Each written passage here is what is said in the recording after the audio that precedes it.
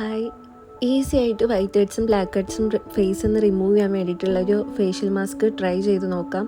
അപ്പോൾ വേറെ side effect ഒന്നും ഇല്ലാതെ ഞാനൊക്കെ കണ്ടിന്യൂസ് ആയിട്ട് യൂസ് ചെയ്യുന്ന ഒരു മാസ്കാണിത്. അപ്പോൾ എപ്പോഴും ഞാൻ ട്രൈ ചെയ്യുന്നത് ഇതാണ്.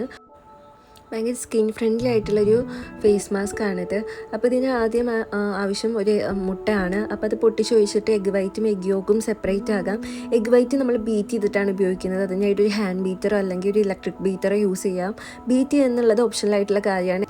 പക്ഷെ ഒന്ന് സ്റ്റിഫായിട്ട് കിട്ടാൻ വേണ്ടിയിട്ട് ഈസി ആയിട്ട് യൂസ് ചെയ്യാൻ വേണ്ടിയിട്ടാണ് എഗ് വൈറ്റ് ബീറ്റ് ചെയ്യുന്നത്. അപ്പോൾ ഈ ബീറ്റ് ചെയ്ത എഗ്ഗിൽ ഒരു packet instant coffee powder mix ചെയ്യുന്നുണ്ട്. ഇത്രയ്ക്കൊന്നും എമൗണ്ട് ആവശ്യമില്ല. നമ്മുടെ ഒരു ഫേസിന് എത്രയാണ് ആവശ്യം അത്രയും എഗ്ഗ് ബീറ്റ് ചെയ്താൽ മതി. എന്നിട്ട് ഈ ഒരു ബീറ്റ് ചെയ്ത ഈ ഒരു പാക്കാണ് മിക്സ് ചെയ്ത് ഫേസിൽ ഉപയോഗിക്കുന്നത്. അപ്പോൾ ക്ലെൻസ് ചെയ്ത ഫേസിൽ നന്നായിട്ട് സ്റ്റീം ചെയ്യണം. ഒരു 5 മിനിറ്റ് സ്റ്റീം ചെയ്യുന്നതാണ് നല്ലത്.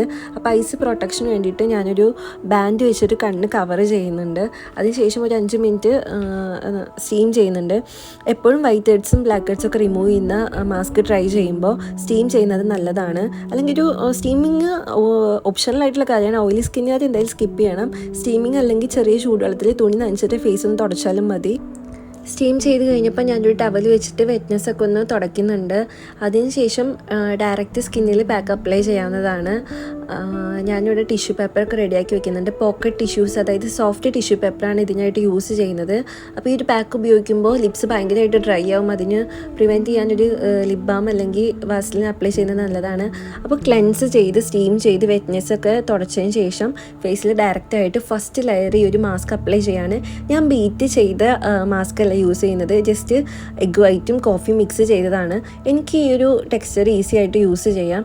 അപ്പോൾ ഞാൻ പറഞ്ഞില്ല, എല്ലാവർക്കും സ്മെല്ല് പറ്റാത്തതുകൊണ്ട് ബീറ്റ് ചെയ്ത് ഉപയോഗിക്കുന്നത് നല്ലതാണ്. പിന്നെ കോഫി ചേർക്കുന്നതുകൊണ്ട് ഈ ഒരു ടാനിനോ അല്ലെങ്കിൽ ഡള്ളായിട്ടുള്ള ഫേസിനെ ഒന്ന് ബ്രൈറ്റനിങ് ചെയ്യാൻ ഹെൽപ്പ് ചെയ്യും.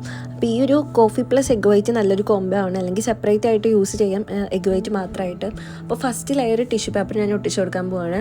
അപ്പോൾ ഫേസിന് നമുക്ക് ഫേഷ്യൽ ഷീറ്റ് അല്ലല്ലോ, അപ്പോൾ അതുകൊണ്ട് തന്നെ കട്ട് ചെയ്തിട്ട് ടിഷ്യൂ പേപ്പർ സെറ്റാക്കിയിട്ട് ഉപയോഗിക്കുകയാണ് നല്ലത്. അപ്പോൾ അങ്ങനെ ആദ്യത്തെ ലെയർ ഒട്ടിച്ചു കൊടുക്കുകയാണ്.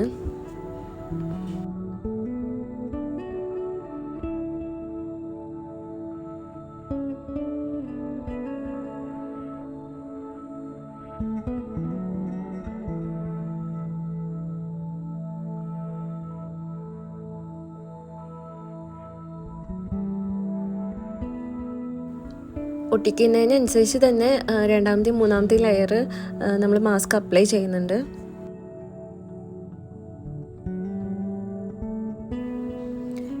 ഇപ്പോൾ ട്രീറ്റ് ചെയ്യാത്ത സ്കിന്നിലാണെങ്കിൽ ഏകദേശം 3 ദിവസം കൂടുമ്പോൾ ഇത് ചെയ്യണം. കാരണം എൻ്റെയൊക്കെ ഫേസ് അങ്ങനെയാണ്. ഞാൻ പ്രത്യേകിച്ച് സെറം കാര്യങ്ങളൊന്നും യൂസ് ചെയ്യാത്തതുകൊണ്ട് തന്നെ ഫേസിൽ എപ്പോഴും വൈറ്റ് ഹെഡ്സ് വരും. അപ്പോൾ ഒരു 3 ദിവസം വരെ ഇതിൻ്റെ റിസൾട്ട് നിൽക്കുള്ളൂ. അപ്പോഴേക്കും 3-ാമത്തെ ദിവസം വൈറ്റ് ഹെഡ്സ് ഫേസിൽ വന്നിരിക്കും.